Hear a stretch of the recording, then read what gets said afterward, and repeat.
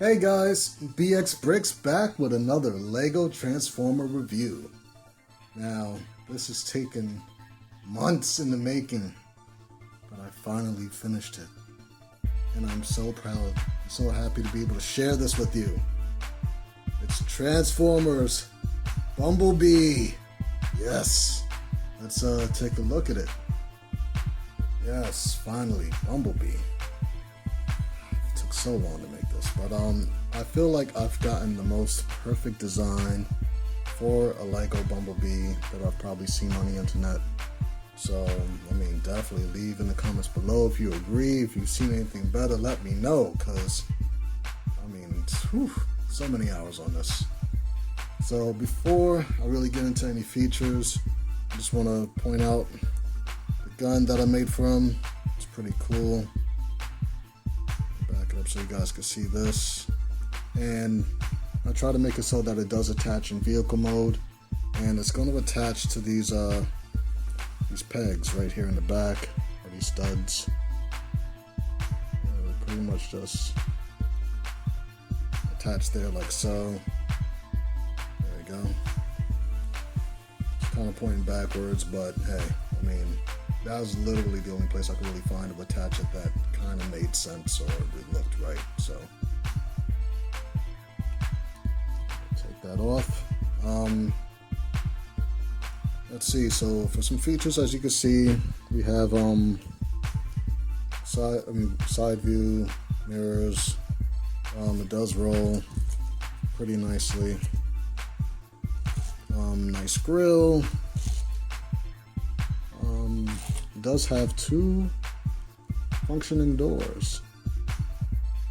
It's not really vital for transformation, but it makes it look a whole lot cooler in vehicle mode and in robot mode. And this is probably my first Lego Transformer that could actually fit a person inside. Look at that. So I designed a special little minifig for this guy right here, just to kind of, you know, look cool with him. Match the color scheme and all that. So, I mean, to me, this is by far probably my best Lego Transformer. You didn't want to miss this, but we're going to set him off to the side, and we are going to get into transformation. All right. Oh, just to, I guess, take a peek at the underside. Can't really tell what's just going on with that. Like, you can't really tell there's a robot in there. So I'm pretty proud of that also. First step, what we're gonna do is actually open up these doors. That. Then we're gonna pop open the roof. It's gonna go up on these hinges that we have right there. The next step, I'm gonna stand them up. Make sure we can get everything in frame. Tripod a little bit. Maybe zoom out just a little bit. The next thing we're going to do is bend at the knees to release the hands. Like so. And we're going to grab him by this side right here. And just kind of bend forward.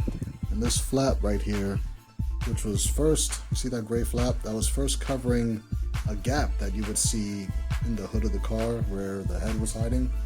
And very, like, probably within the last hour, I figured out how to cover that with that. I wish it was yellow, but I had to work with what I had, so that's perfectly fine. So we just flip that up like that. And this whole piece, it doesn't break on me. Nice. Folds down like that. And then what we do next is, oh, see, I can see it trying to break on me already. Gotta tighten that. It took so long to design it because I wanted it to be a sturdy transformation, a sturdy model, but that was like one of the only weak points. Next thing that we do is rotate the entire waist around. You guys can see that. And then before we drop it, gonna take this gray flap, bring it in, fold this whole section up, and make it flush just like that, and then bring down the chest. At that point, you can separate the legs and bring them back just a little bit, just to give them the right angling, like so. So you can see them starting to take shape.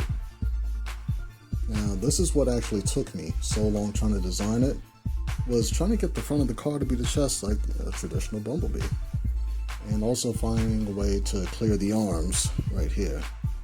So I'm going to bend down at the elbow and bend that down. Now you guys probably won't be able to see this too easily on, this is like my first time trying to do this on camera.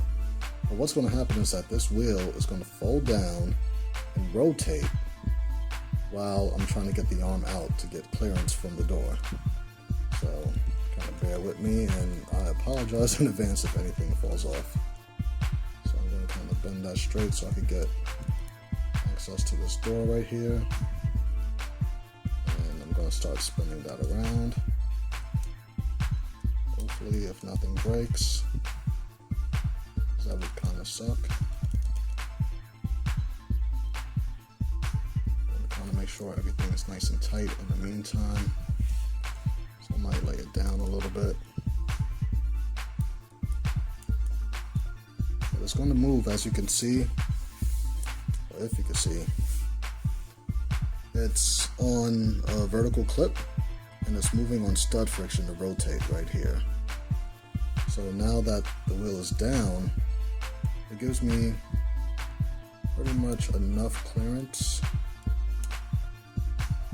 rotate, or at least it did once upon a time. Did we do it? Or do I keep rotating it? So first time on camera, people. So we rotate it all the way around to kind of like shift the wheel, basically. That's all we're doing. Shifting the wheel, and then it allows us to get the clearance that we desire. So we can just push the door out the way for now, and now the wheel is kind of in the way a little bit, and that's fine. We just finished rotating that, so it's a flush. Basically rotated the front wheel 180 degrees. So now we're going to take the top of the arm and rotate that 180 degrees to where we can now just drop that. There we go. Like so. And you could tell that he's kind of back heavy. We're going to adjust that later on with the feet, but just to get the transformation mostly done right now, we're going to just do it like this. I'll just hold him. Then we're going to rotate the forearm out like that. And second verse the same as the first. So we're going to bend that down. Try to rotate this wheel while we spin it. And this wheel thing is literally the only difficult part of the whole transformation. Move that door out the way. And we can continue spinning this. This being so good to me on camera. You don't know how excited I am.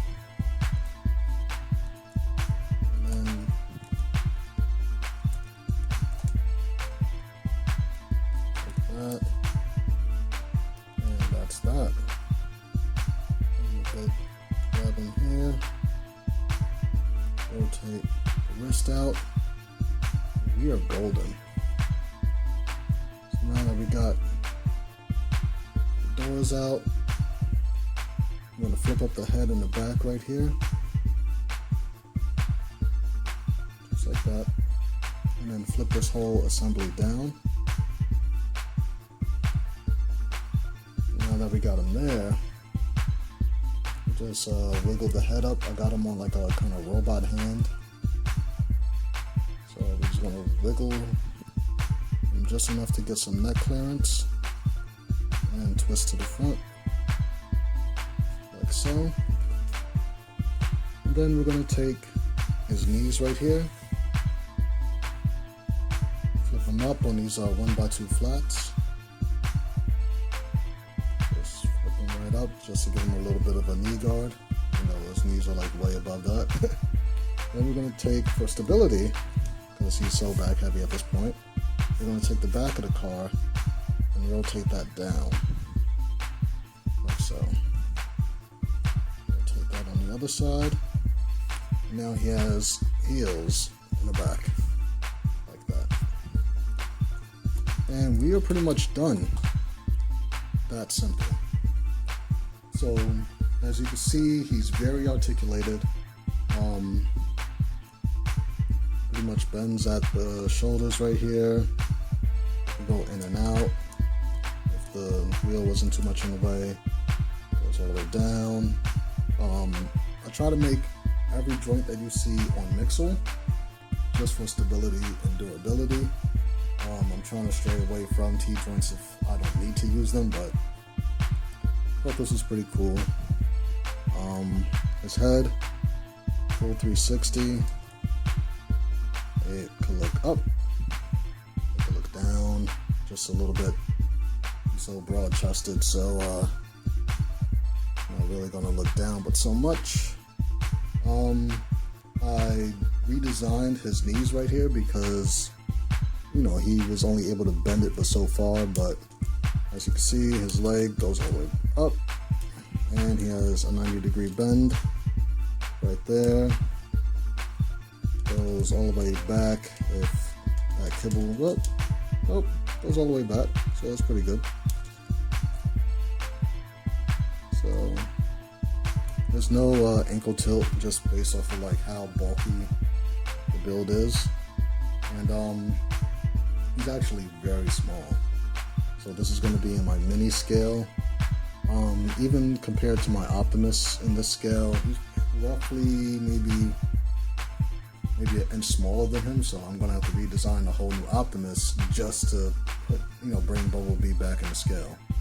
So we got his weapon that was attached to him earlier, and we can pretty much clip this in his hand right here.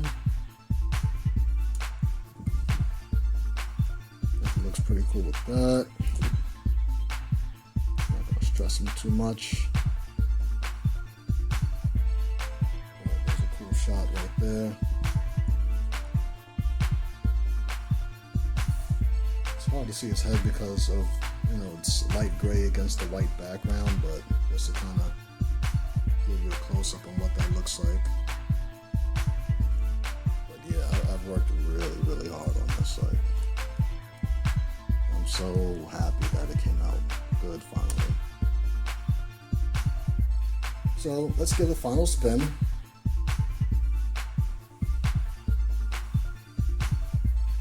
I love how the doors come out to the side. It's probably like the most accurate with the movie version of Bumblebee.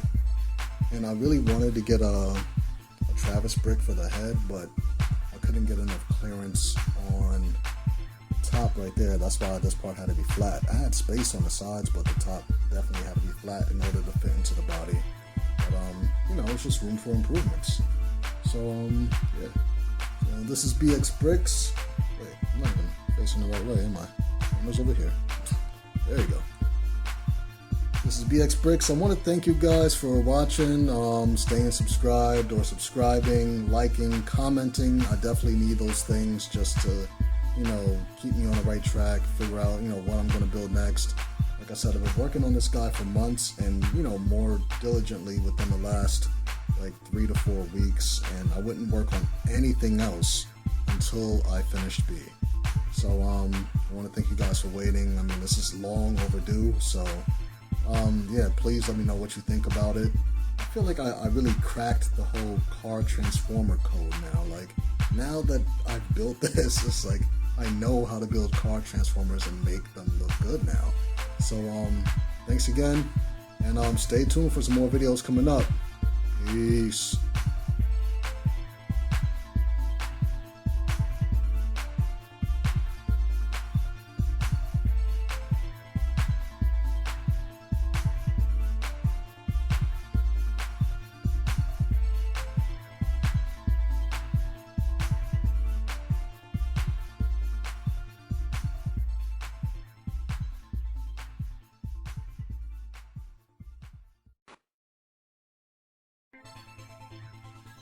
Every bee has a dark side.